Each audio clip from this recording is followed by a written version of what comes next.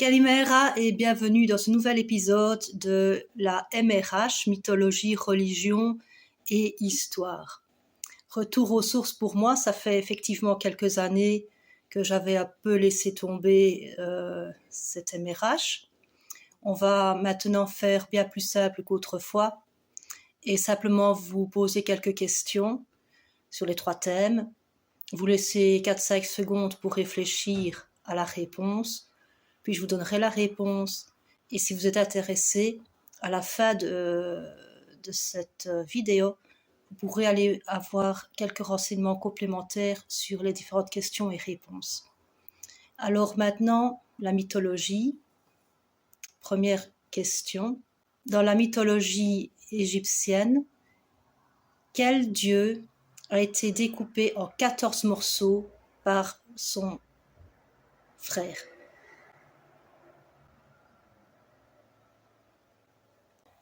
Eh bien, il s'agit du dieu Osiris.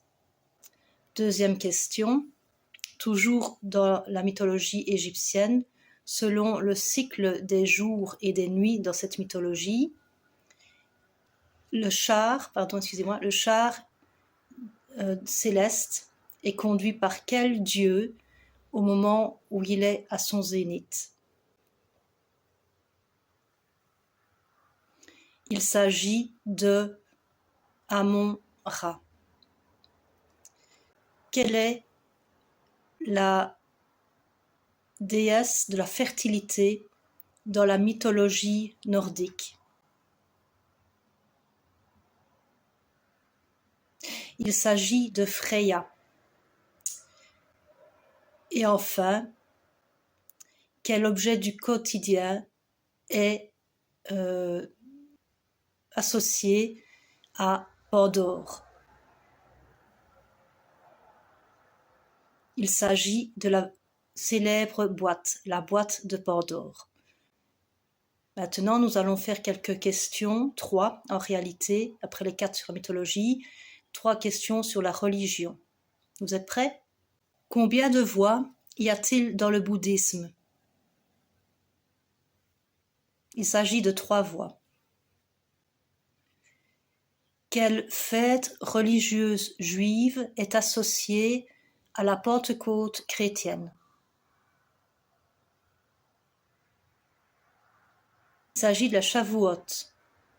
Et enfin, combien de prières par jour un musulman doit-il réciter ? C'est très facile celle-là, c'est donné, hein ? Cadeau, bonus. Avant peut-être des questions plus difficiles dans d'autres vidéos. Eh bien, il s'agit de 5 prières par jour, ce qui englobe aussi une bonne partie de la nuit. Maintenant, les questions sur l'histoire. 3 petites questions. Prêt ? On y va. Quelle est la différence entre l'autoritarisme et le totalitarisme ? L'autoritarisme s'applique dans le cadre d'un pays donné et n'a pas vocation à s'étendre dans les autres pays. Le totalitarisme, lui, au contraire, cherche à aller conquérir les autres territoires, les autres pays et donc s'y installer. Comment appelle-t-on les représailles sanglantes au meurtre d'un secrétaire allemand de l'ambassade donc de l'Allemagne à Paris par un jeune juif d'origine polonaise et qui eut lieu les 9 et 10 novembre 1938.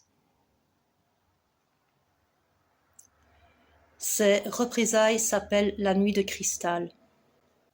Et last but not least, qui est le père spirituel de la démocratie, qui fut entre autres un législateur, écrivain et philosophe athénien du 7e siècle avant Jésus-Christ.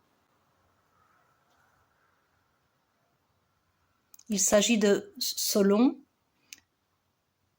mais il y en a un autre qui est considéré comme père spirituel de de la démocratie, plus récent, plus proche de nous, et c'est donc la question subsidiaire si vous n'aviez pas su répondre pour Solon.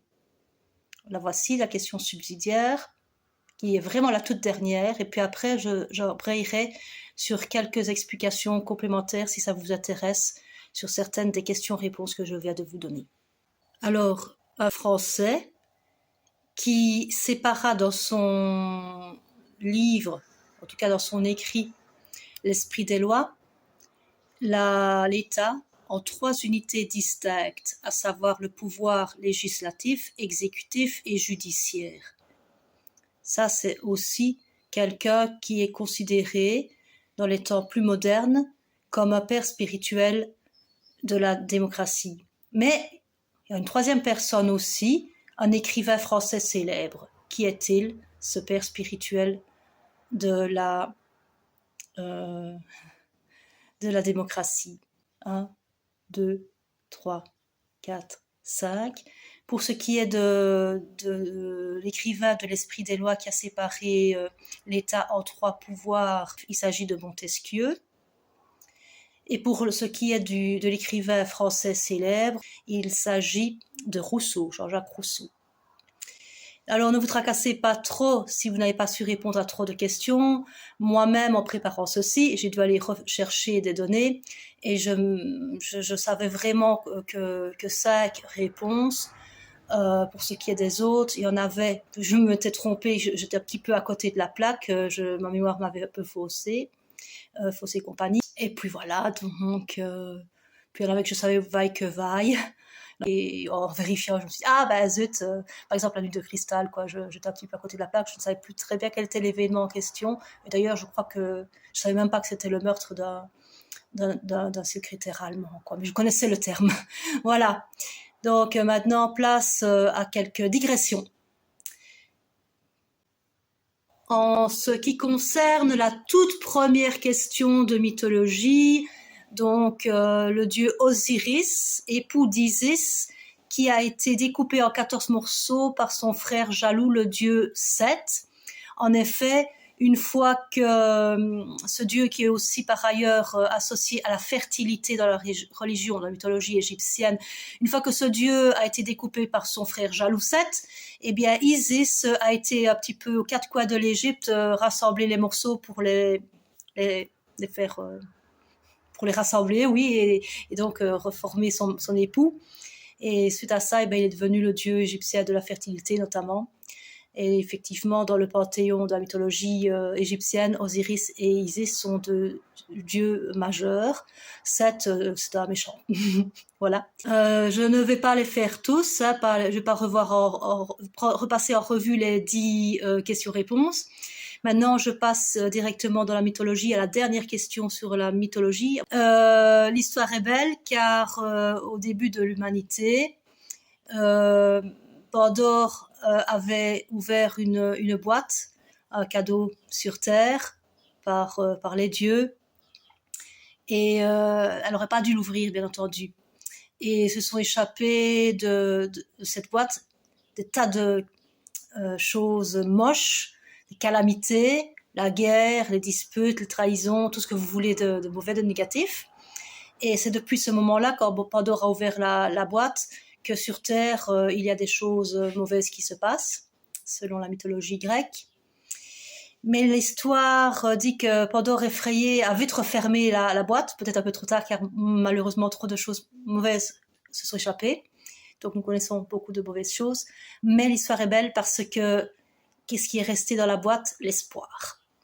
Donc malgré tout, il y a encore l'espoir. Oui, il y a des belles choses quand même dans la mythologie, il y a des petits bijoux. Maintenant, pour ce qui est de la religion, un petit instant, s'il vous plaît, que je reprenne mes esprits. Et donc, je suis revenue à moi. En ce qui concerne, j'ai choisi qu'une seule question-réponse dans la religion, mais en ce qui concerne les 3 voies du bouddhisme, il y a le Theravada, qui est aussi appelé le petit véhicule. C'est l'enseignement le plus proche de l'enseignement originel du Bouddha. Il y a le Mahayana, qui est le grand véhicule. C'est pour désigner quelqu'un qui suit une voie particulière, en effet, de renoncer à son nirvana pour aider tout être sensible à atteindre l'éveil. Et ensemble, le Theravada et le Mahayana constituent les deux grandes voies du bouddhisme, mais il y en a une troisième, c'est le Vajrayana, qui est le bouddhisme ésotérique apparu en Inde et qui utilise plusieurs façons d'atteindre plus rapidement l'éveil d'après ce bouddhisme ésotérique, notamment les mandalas, les mantras, etc. Les mantras, etc. Et maintenant l'histoire. Bon, je ne vais pas la faire longue en ce qui concerne le volet histoire. Je ne suis pas très douée en histoire, mais j'aime bien de temps en temps l'aborder simplement comme ça. Simplement, je voudrais remercier Histoire de Prof, une dame qui est professeure d'histoire géo en France et qui m'a donné l'idée de faire cette question-là dans mon MRH. Et donc, Histoire de Prof, merci beaucoup. Au revoir à tout le monde. Adios.